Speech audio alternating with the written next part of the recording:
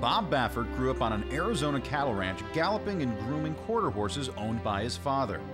After training quarter horses for over 2 decades, it would be the Breeders' Cup that started Baffert thinking about conditioning the thoroughbred. The Breeders' Cup is actually what got me looking at this business. Maybe I can go over there. I know I can't win a Derby, but maybe I can win a sprint race or the different divisions.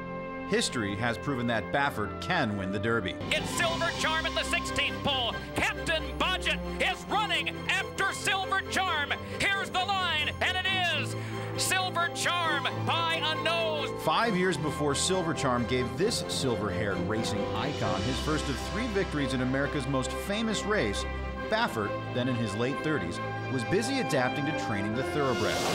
And they're off. Rubiano came out like a rocket. Mia Farah is also right there with 30 Slews in between those two. 30 Slews was the first thoroughbred I ever bought, and then to win the sprint with him, that was the most. I thought that I'd reach the top of my profession right there. It wasn't going to get any better than that. 30 Slews is set down for the drive. Sheikh Al-Badu is coming with his run down the center of the racetrack. I had a lot of setbacks with him, but he was so good. He really overcame my training. I think he won because he was just a great horse. The 16th to come. 30 Slews, her only challenger. Mia Farah trying to hold. 30 Slews surges to victory.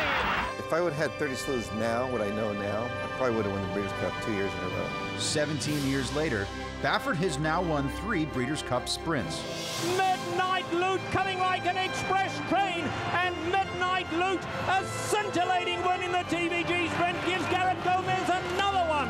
And what a magnificent back-to-back winner of the sprint, Midnight Loot. For Baffert, the sprint is the race that takes him back to his roots. It's all about speed. There's going to be fast horses in there. You can't worry about, well, am I going to get hooked up? You can't worry about stuff like that. It's going to be fast. It's going to be a hot pace. It always is. Now, Baffert looms large once again in the sprint. He heads into this year's race with the favorite, Sensational. A win by this ultra-quick son of unbridled song would give Baffert his 3rd straight Breeders' Cup sprint victory.